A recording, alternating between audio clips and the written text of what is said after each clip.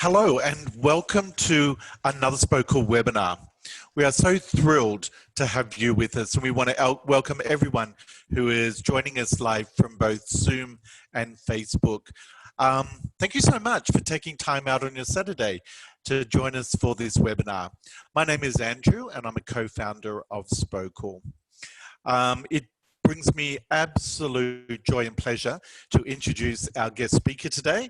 Our guest speaker is Gia Kuek, and Gia is also a co-founder of Spokle. And during this webinar, we will introduce you to our Spokle app.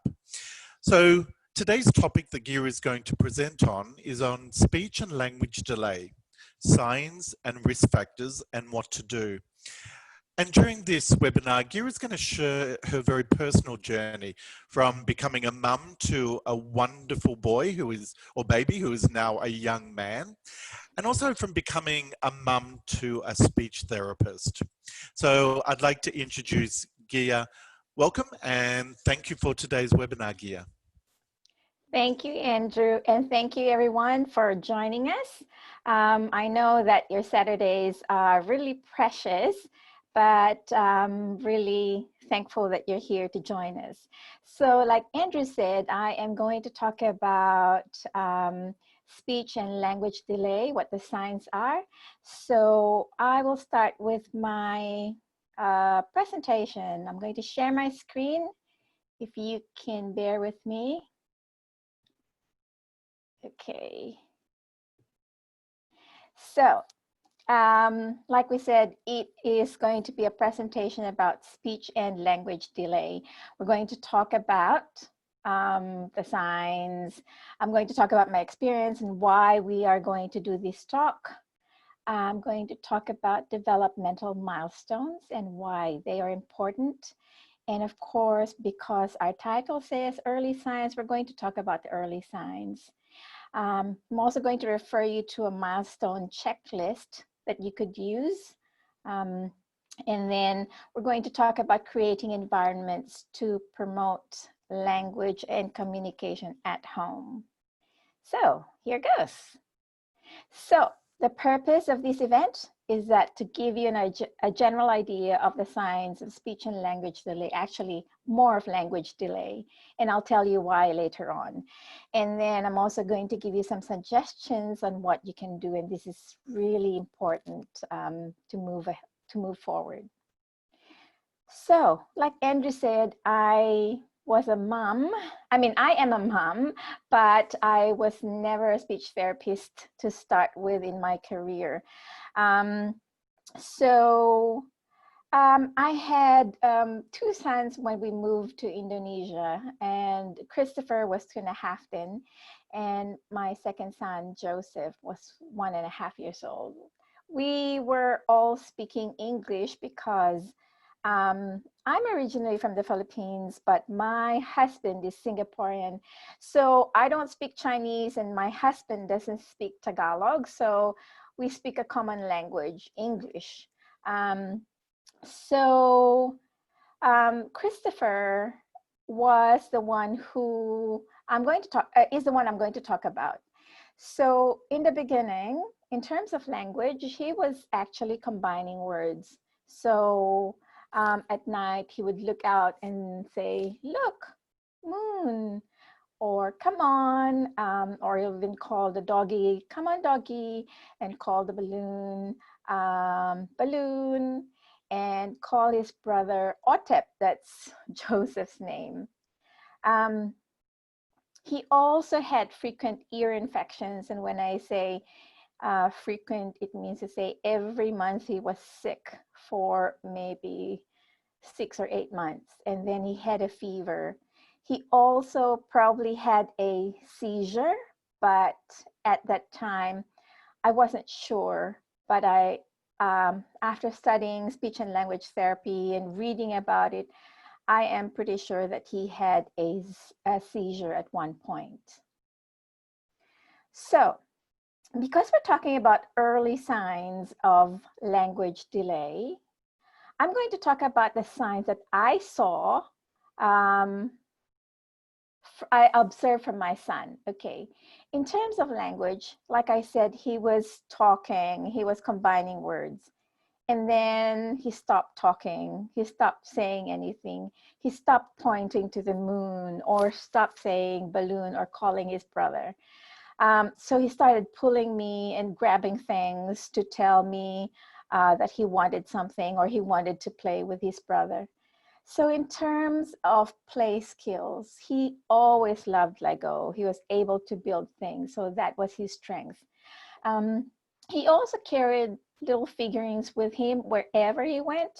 Like if he'll go to the supermarket with me, or he'll go and pick up his brother, or go to school, he would bring a little figurine, little people. And then he would line up his toys and run his car up and down. So it's basically the same play routine. So in terms of behavior, the things that I observed were when we went out, it was really difficult to get him out of the supermarket or the mall, because he would always have a tantrum. He would cry and he always wanted to buy something, even if he already has it, or even if he doesn't need it, as long as he can get something and leave the place with something. So he would always run around. So you could imagine how difficult it is to go to the supermarket with a little one who's running around. Bath times and swimming. He loves the water, so it was so hard to get him out of those activities. In terms of eating, he preferred anything that's fried. Fried rice, eggs, krupuk, and then he would only eat apple. He wouldn't eat oranges, and he wouldn't eat veggies. So it was really difficult to have a balanced meal. In terms of the playground, when we would go out, he would run around, and he doesn't know when it's safe to do something. He would jump from a really high place. He would run around in circles. And his favorite thing was to put his head on the ground, and then he would just spin around in circles. So those were the things that I observed. So the turning point for me was then when I call his name, he wouldn't respond to me. So I'll call him one time. Okay, fair enough. He probably is more interested in what he's doing. But after calling him like 5 or 6 times and he's still not responding, I told myself what's going on. And then at one point, I think there was a storm and the wind blew the door and he still didn't respond to the sound. So I started really getting nervous. In the past, I thought my son was just being so naughty, so stubborn. He wouldn't listen to me. But after that experience, it was making me so uneasy. I went to the pediatrician and talked about my concerns. But the doctor said, look, in the Asian culture, it's usually, it usually happens that the second child will talk for the first child, and that when the second child begins to talk more, then the first child will also talk. So I said, okay, because he was my first son, I didn't know what questions to ask. I didn't know what to expect. So I just waited and waited and waited until finally I was really getting concerned. So I went back to the pediatrician and then asked if he could give a recommendation for an ENT. And then he said, okay, why don't we do that? But it's because I asked him to do it rather than him recommending that maybe this is something that I should look into. So we've scheduled a hearing test, and Christopher was really difficult to test.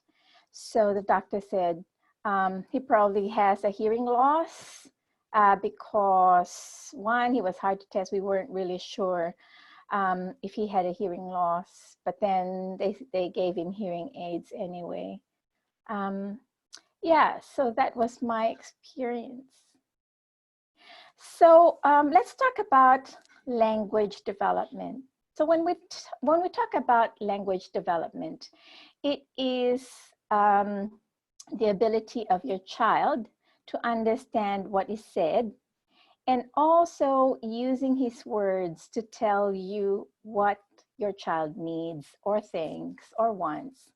But when I say expressing himself, we don't only think about the words that your child is saying.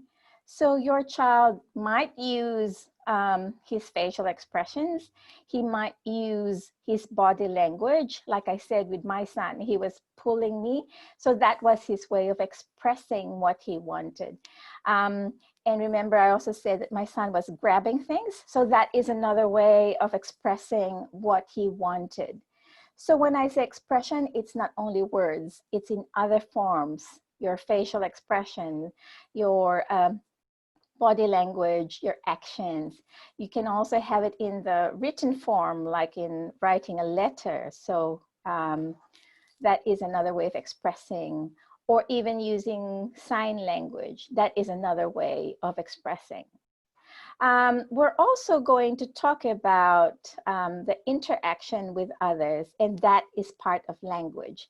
That's how you use the language that you know. So for instance, when you are talking to somebody, that's an interaction. It talks about the use of rules when interacting with somebody. For instance, you have turn taking. When one is talking, the other one is listening. You don't interrupt each other. And then when we talk about topic maintenance, that means to say that when your child is talking about his toy Lego, or your daughter is talking about her doll, you're also going to talk about the doll. You're not going to talk about food when your child is talking about his or her toy. When I talk about conversation repair, it's just saying, huh? What did you say? So it's trying to clarify what the other person is saying, or even repeating what the other person said, so that you're trying to make sure that you understand what the other person is saying. So there are 3 parts in language development. So that's understanding, expression, and then your social skills. or your interaction with other people. So the next thing we are going to talk about are your developmental milestones. And I'm going to tell you why they are important, but first we'll just talk about milestones in general. Sorry, Gia, just before you go on, could I just remind everyone that if you want to post a question, you can post it on the chat and we will take that question. We'll probably take it at the end of the presentation. Sorry, Gia. No worries. Thank you, Andrew, for reminding them. So, like I said, we're going to talk about milestones because as a mother, I didn't really pay attention to what milestones were. And I thought they were one and the same thing as the things that they achieve according to their age. Yes, that is true. But first, let's talk just about milestones. So milestones are skills. So skills, they have a certain sequence.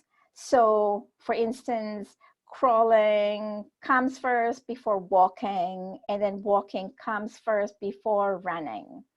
So if you think about it, your child learns how to crawl first. They don't learn how to run before crawling. So that's what I mean by sequence. And then each of those skills actually build on more advanced skills. So your child needs the crawling milestone, that crawling skill, to learn to walk. And then your child needs the walking skills to learn how to run. So that's what milestones mean. And when we talk about developmental milestones, it's just those milestones that they are developing, okay? So let's talk about speech delay and language delay, because as a mother, I was really confused about what speech and language were. I didn't know the difference.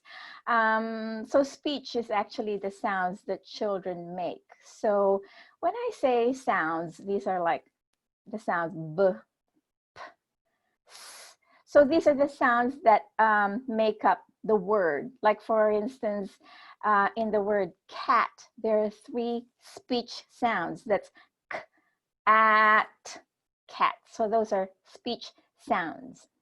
So when we talk about speech delay, we're talking about the sounds that the children make that are probably not clear.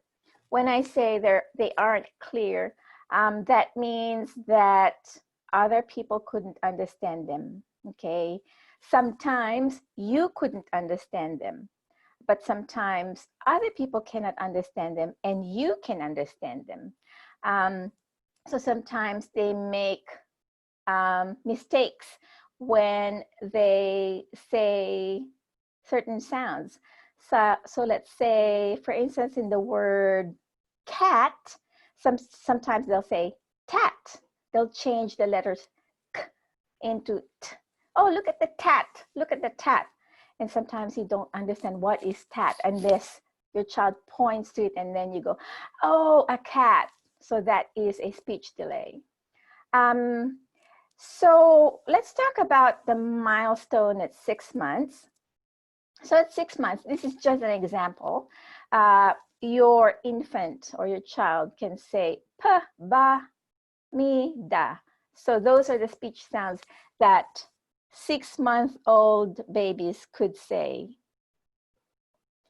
Let's move on to language delay. So like I said, language is the understanding or the ability to say the words to tell you what that your child wants to say. And this may or may not improve. So how do you actually know if there is a delay? So your child, you know if it's a delay, if your child is not doing something at a certain age. Remember when I talked about milestones, they come with ages so that you have a guide whether your child is doing something at that particular age. So for instance, if I go back to my previous example, it says here that at 6 months, your child is saying pa, ba, mi, and da. So at 6 months, your child isn't saying this. So it doesn't necessarily mean that your child is delayed, okay? Because some children develop a little bit later. So delay is when you have a 6 months to 9 months delay in the speech or language. So let's go back to this. At 6 months, your child could not say pa, ba, mi, and da. And then at 9 months, you discover that your child is able to do this. So that isn't a delay. It just takes longer for that child to develop. A delay would be at 6 months, they're not saying this. At 9 months, they're not saying this. At 12 months, they're still not saying this. At 18 months, they're still not saying this. So that is a delay. It just continues to become difficult for the child to develop those skills.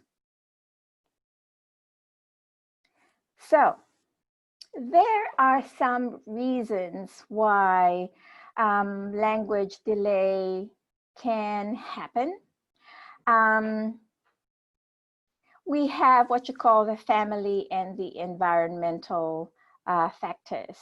So when we talk about family history, you have a husband or a wife or a grandparent or an uncle, an auntie, a cousin, a nephew who probably has a speech or language problem before. So that is what we call family history. So if you have a family history, there is a chance that your child might have the same sort of speech and language delay. In research, they also talk about multilingual environments. So if your child is not able to process one language and then you're talking 2 or 3 more languages, it's just difficult for your child to learn one language. I'm not saying that children cannot learn lots of languages. They can, but some children just find it difficult.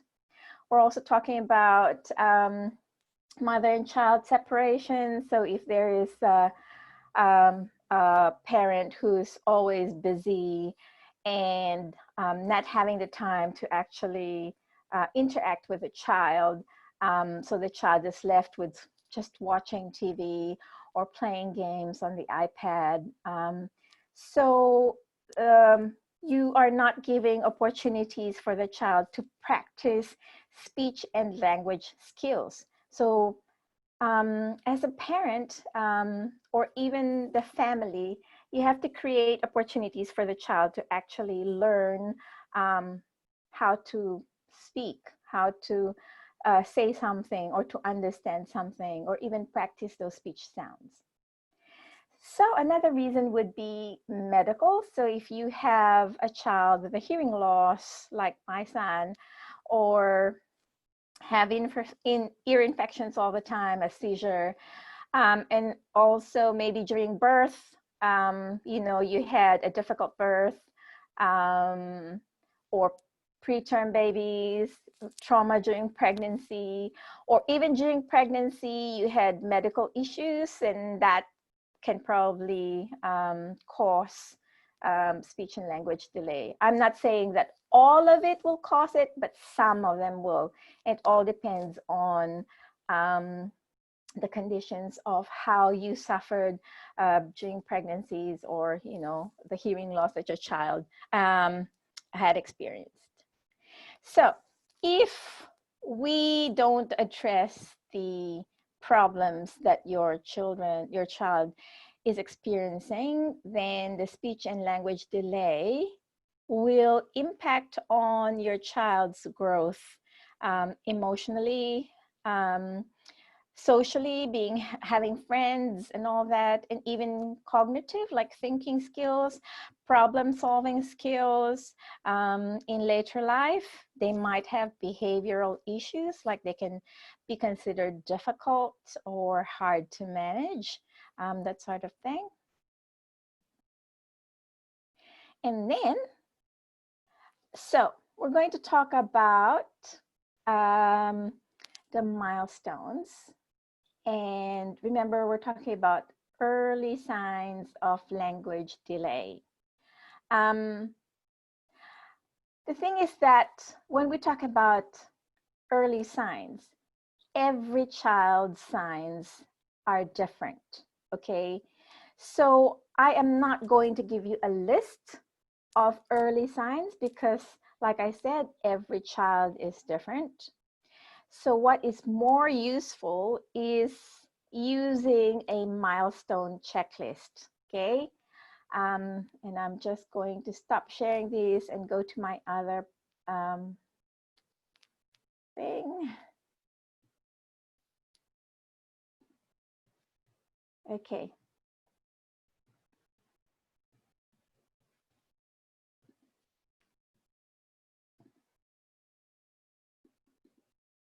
So can everyone see that? Yep, good. So this is just a checklist that we've put up on our Spokle website, and you can go and have a look and download it if you want. This was taken from Linguist Systems Incorporated. We didn't make it. This is just something that you can go to and use to track your child's milestones. So for instance, in this milestone, you could see that at birth, your child should be able to cry, to burp, to cough, and all that. And then 2 to 3 months, your child is beginning to say, to coo and goo. And what does it actually mean? So what it means is that they are able to say ga, ga, ga, ga, coo, coo, coo. So those are the sounds. So it's a combination of a consonant and a vowel. So a consonant would be letter B, D, F, G, H, all those sounds. And your vowels will be A, E, I, O, U. Those are 5 vowel sounds. So let's say that you have a 3-month-old baby. And then if you look at this milestone, it's saying that they could say, they could coo or they could goo, but they aren't doing it. So you wait and then check again. At 9 months, you're seeing that your child can actually say coo and goo. So it's just taking a long time for your child to develop those sounds. But if we carry on, let's say your child at 3 months is not cooing and gooing, and at 9 months, your child is still not doing those things. At 12 months, your child is still not doing that. So that's maybe 6 months already, 9 months. So maybe this is the time that you should go and say to your doctor, okay, I'm really, really concerned about my child. He's not doing these things. So what should I be doing? So this is just one of the milestones that we have in our website. We have another example. This is the pragmatics. This is what I was telling you about interactions. You know, these are the rules that your child should be doing when interacting with another person. So pragmatics is the term that we professionals use. Other professionals use social skills. You'll probably know this as social skills as well. So here are some examples. So from 2 to 3 years old, your child is able to engage in longer interactions with you, beginning to play, pretend play, participate in simple group activities with his friends, and then carries on a conversation with self and doll. So that means self-talk. Your child is able to say, okay, this is my dolly. Do you want milk? You know, the child is pretending to play, those kinds of things. So like I said, if your child is 2 to 3 years old, and then you look at this list and say, okay, he can do this, engage in longer conversations. He can do that, but he cannot do this, he cannot do this, he cannot do that, cannot do that. So maybe after 6 months, you go back and check the list again. Maybe your child was able to do more of those things, or maybe your child isn't able to move on to other skills. So if your child is continuing to have the skills at 2 years old and he is already 4 years old, so maybe you should have a think and say, okay, there's something going on with my child. Okay. So when we talk about milestones, there are different kinds of milestones. You have motor milestones, you have speech milestones, pragmatics, fine and gross motor skills milestones. Another thing that we have on our website is the Spokle communication milestones, and this is based on our Spokle app. As you can see, all the skills that we have here are based on foundation skills that every child needs to develop, okay? So when I am doing therapy and I have an older child, let's say I have a 9-year-old or a 12-year-old child, and then they look at the list, but their child is doing a 2 to 3-year-old skill. Sometimes it's really difficult for parents to think about this. So if I go down and use this list, actually, these are the basic skills, but it doesn't tell you ages. This is just based on the milestones pictured in a different way. But this is a reflection of the basic skills that we have in our app. So you can go, okay, does my child listen? Is he responding to my voice? Never, rarely, sometimes, often, always. Does he respond to his name? Remember when I talked about Christopher and then he wasn't responding to his name? He never responded to his name. So that was one skill that he didn't have. He never responded to sounds because remember the door banged and he didn't respond to that sound. Another thing here is look and attend. So that is a joint attention skill. That is a technical term that we professionals use, joint attention, and that is really important for the development of your child's language and communication skills. So because Christopher wasn't responding, so when I called him, he wouldn't look at me. And then when I would be interacting with him, he wasn't looking. So these were some of the skills that he wasn't doing. So yeah, I had a lot of things to work on with him. But in the past, nobody told me to look at milestones. Nobody told me to look at a list and say, okay, he can do this, he can do this, he can do that. At least, you know, with a milestone checklist, or even like this, you can say, okay, he's doing this, and then you can always go back to that list and say, okay, he's improving in this, he's improving in that, he's not improving in this area, so I have to work on this. Yes, so this is something that is useful. So I'll stop sharing that and then I'll go back to my presentation. If you have any questions, do let me know.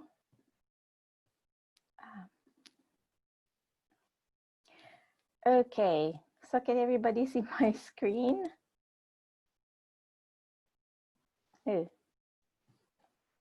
So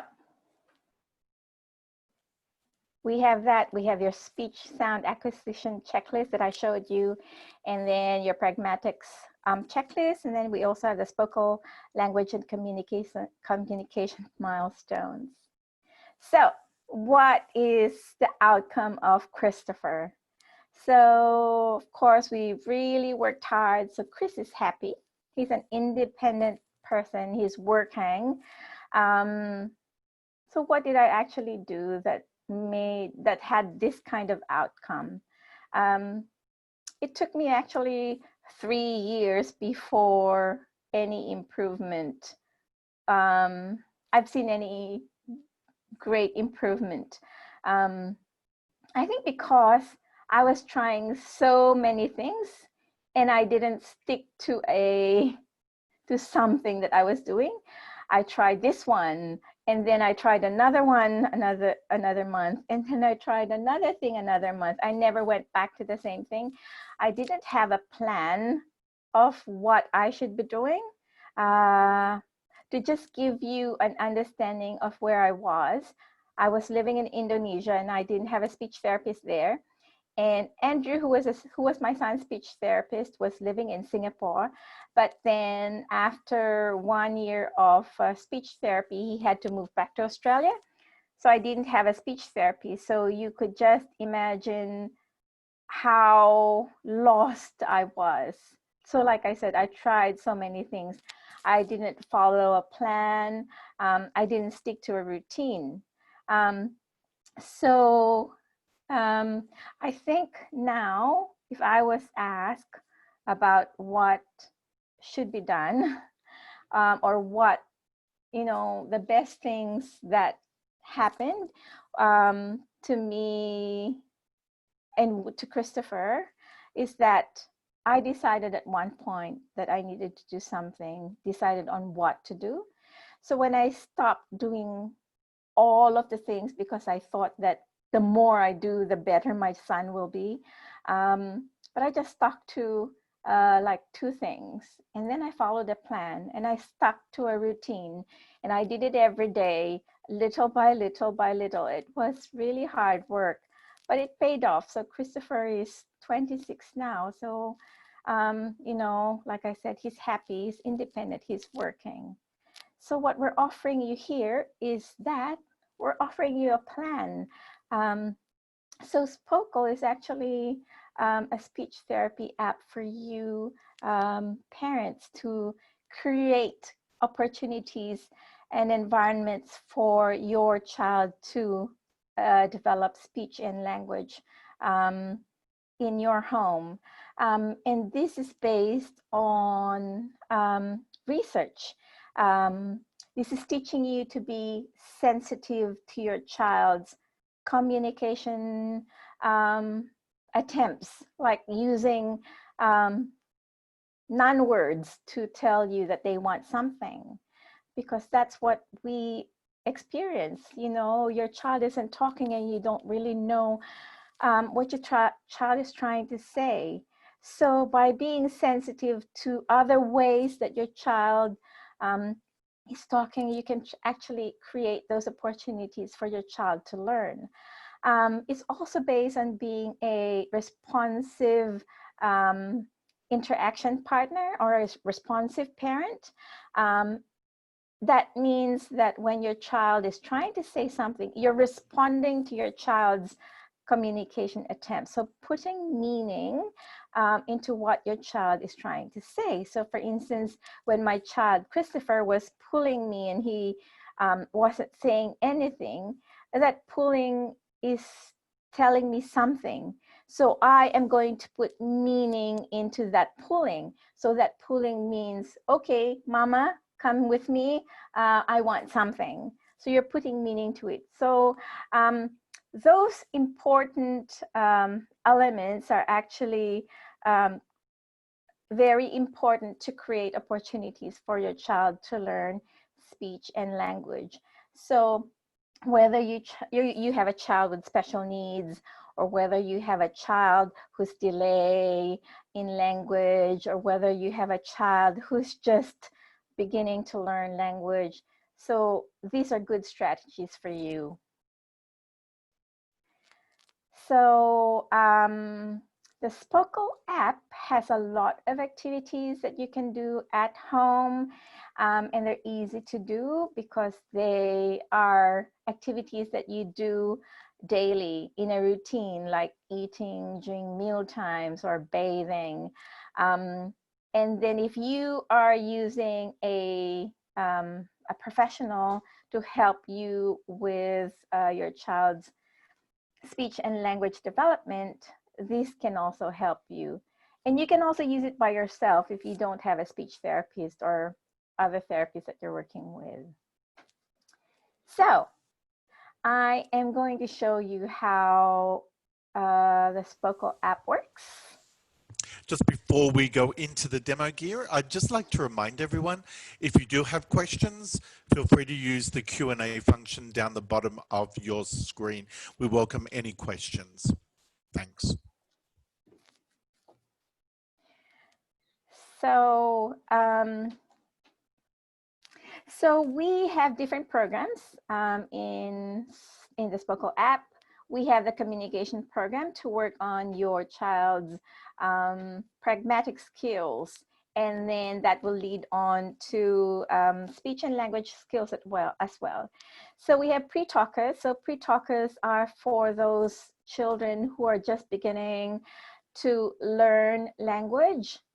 And this will give you those early skills of listening, of responding to their name, of looking and attending, that sort of thing. So in the app, you will see that there's an introduction to pre-talker to just tell you, okay, what pre-talker is, like what I said. And if you scroll down, you'd see that there are different levels, and those levels are the skills that your child should be working on. And you can see that there are different colors here. So if you look at introduction to pre-talker, it's colored green. So that means to say that you've looked at it. And then the orange means that you've actually opened it and started working with your child. The gray means that you haven't opened that activity, and that maybe you'll look at it at a later date. So if you look further down, it will tell you the reasons why you're doing things, the rationale. It will tell you the goal of what your child should be doing, because when you're doing something, you actually want to know or understand or have in mind what you're working to achieve.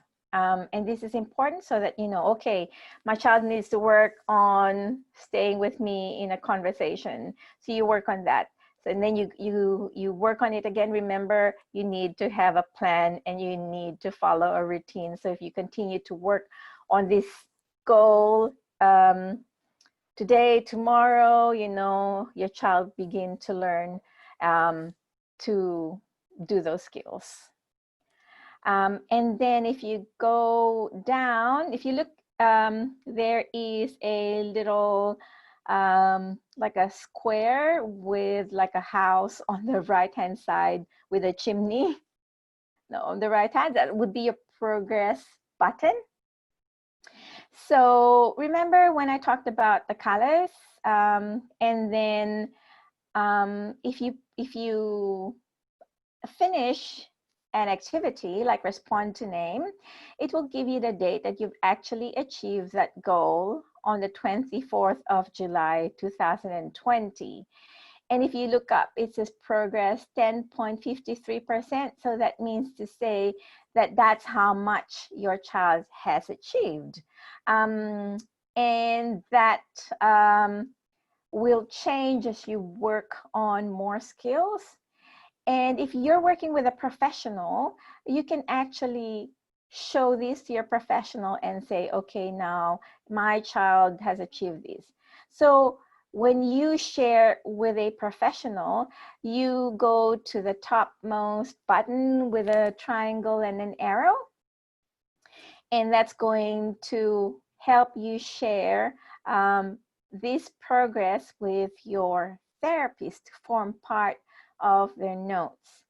So when you are sharing with a therapist, your therapist needs to download the app as well. So you and your therapist need to download the app to be able to share the progress of your child. So if you're working with a professional, your professional will say, okay, that's good.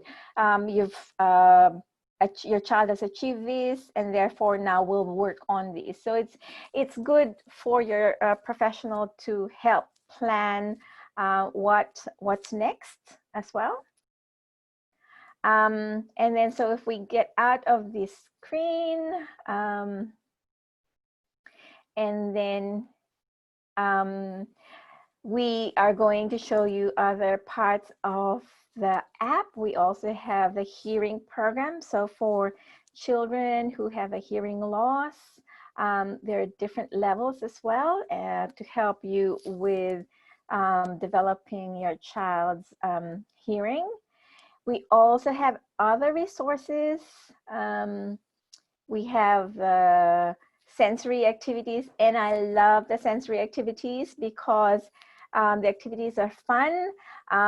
It will make it more interesting for your child because you know that your child gets motivated by doing fun things. And we also have the experience book to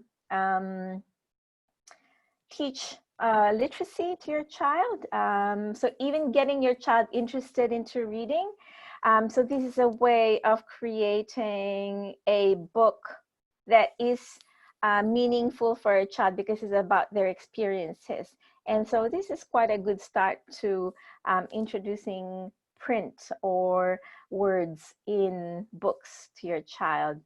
And we also have the parent strategies, and then that will give you ideas. Okay, what do I do to help my child with the language? So we have the modeling language, and also how do I manage my son's tantrums? So you can use visual schedules and counting down, that sort of thing. We also have songs and rhymes. If you don't know the songs in the app that we are singing, it will give you, you know, the lyrics to the song and even the tune to a song. That's quite fun for children as well. And then if we go back, you can look at the songs, like I said. And then we also have the glossary. So if you don't understand the things that I'm saying or the words in the app, you can go there and say, what does that mean, acoustic highlighting?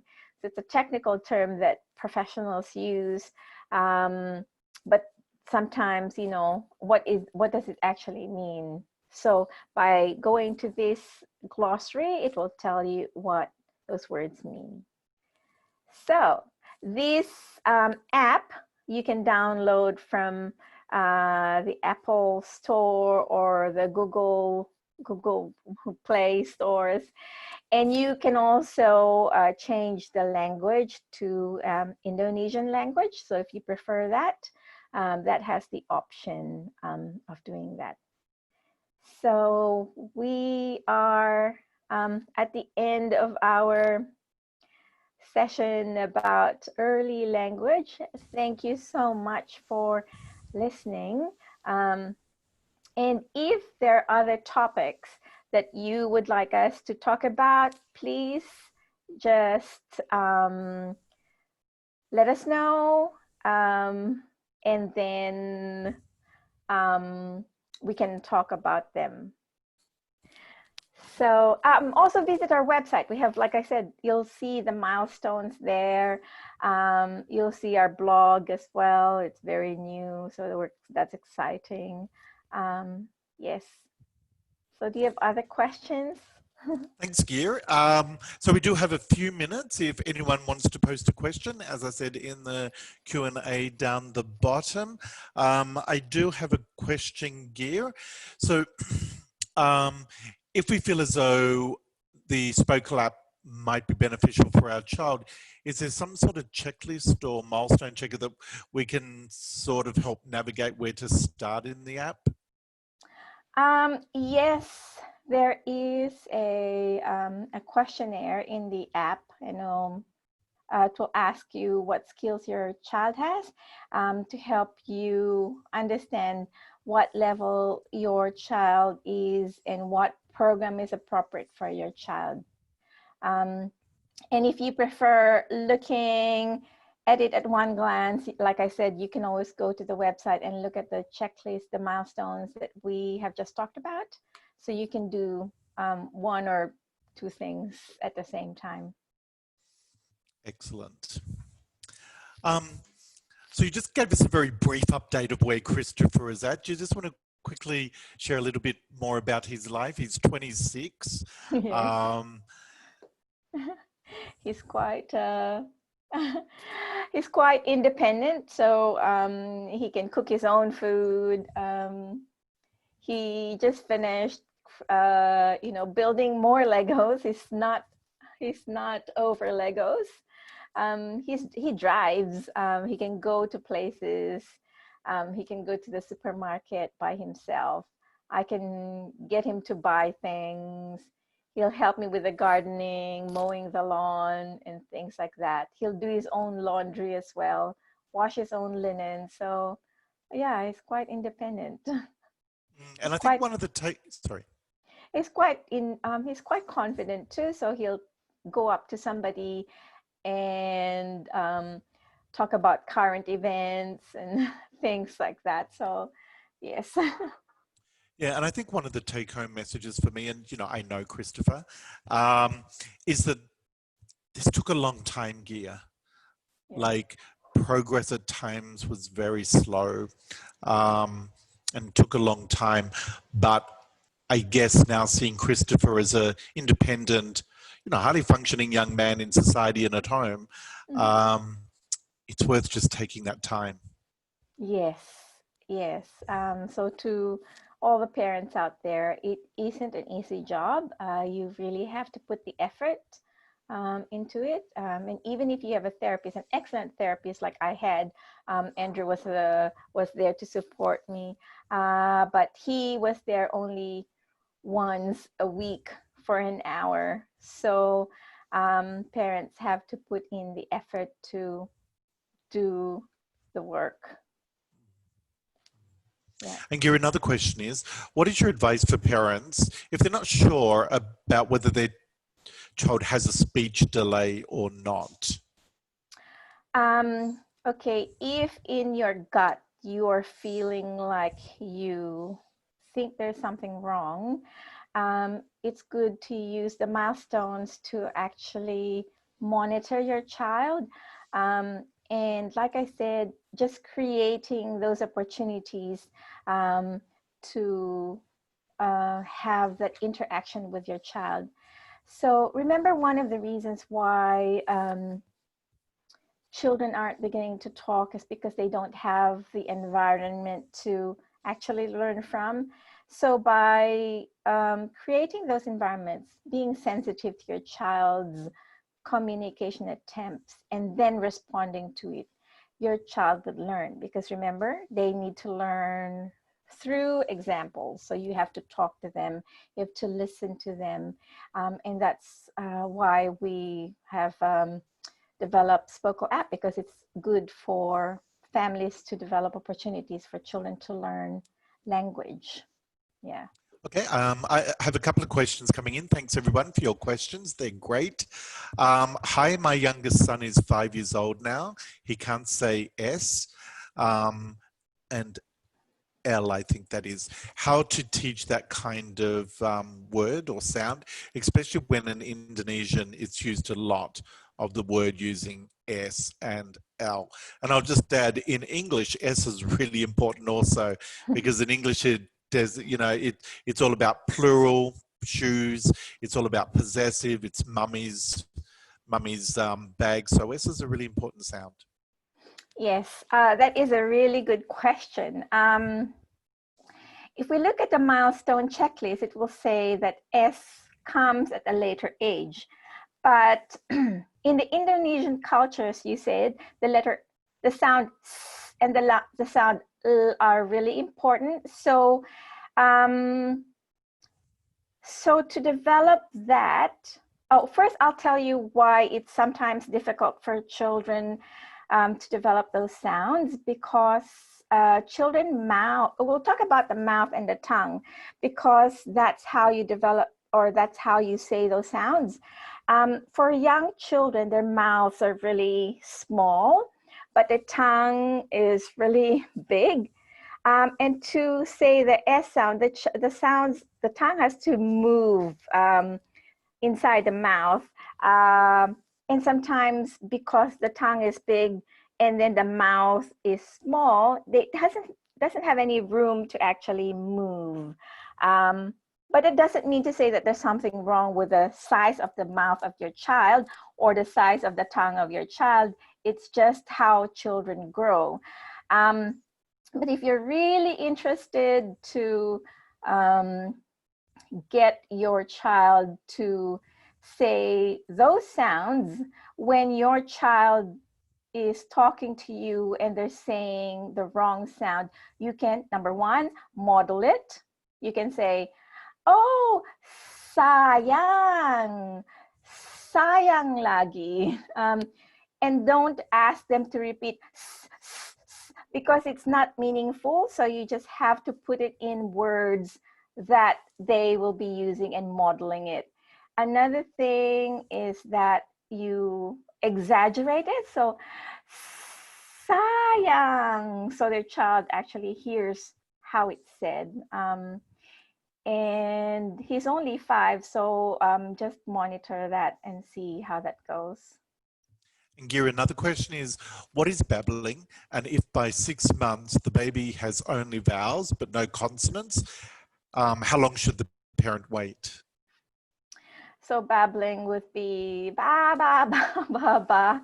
So it's just that they're just repeating the same things over and over again. So if your child is not babbling, just monitor it. If it's not there at 3 months, look at it again in 6 months. If at 6 months it's still not there, then maybe you should go to your pediatrician and see if something is going on, especially if, number one, you have those risk factors. Remember, the risk factors are family history, and then your child has a hearing loss, and then you have problems with pregnancy. So you have to take all those factors into consideration. So rule of thumb, always monitor 6 months, and after 6 months, if your child is still not doing it, then go check with the doctor. But if your child has achieved it, then maybe it's not a problem. Thanks, Gia. Also, sorry. yeah, sorry. So vowels come before the consonants because it's easier. Vowels are open.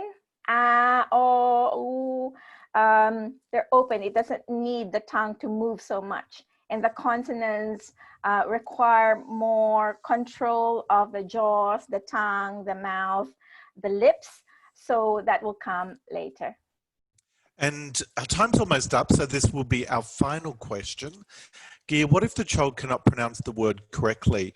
While the word has been heard many times, his age now is 5.5 years, 5.5, sorry, and he's using a cochlear implant. Example, mummy, he says, I.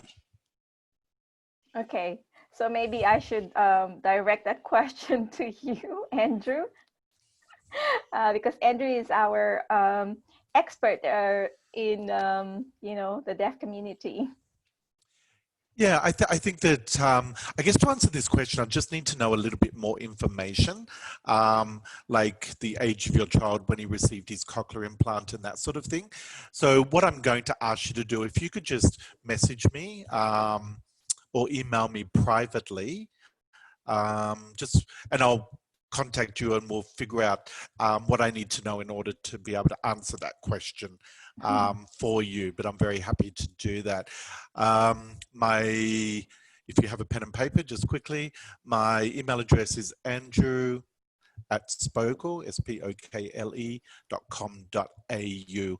So please email me and we'll have a chat.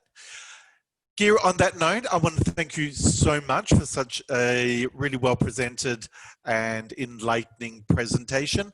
Hopefully we all have a better understanding of what is the difference between a speech and language delay, because they are very different, as Gia pointed out. Gia talked about the risk factors, and I just remind everyone to feel free to go to our website, which is www.spokle.com.au. We do have that milestone checklist up on our website that you might find helpful in order to figure out what your child is able to do and maybe what they're not doing at the moment. And then thank you, Gia, also for giving us some really practical examples and taking us through the Spokle app that gives us something practical to do to support our children. Again, thank you so much, everyone, for spending an hour of your Saturday. I wish you well. I wish you health and I wish you safety, and enjoy the rest of the weekend wherever you are. And bye from the Spokle team. Yes, thank you so much. I'll just answer one question, Andrew, Sorry. about somebody said that asking activities around saying the letter R.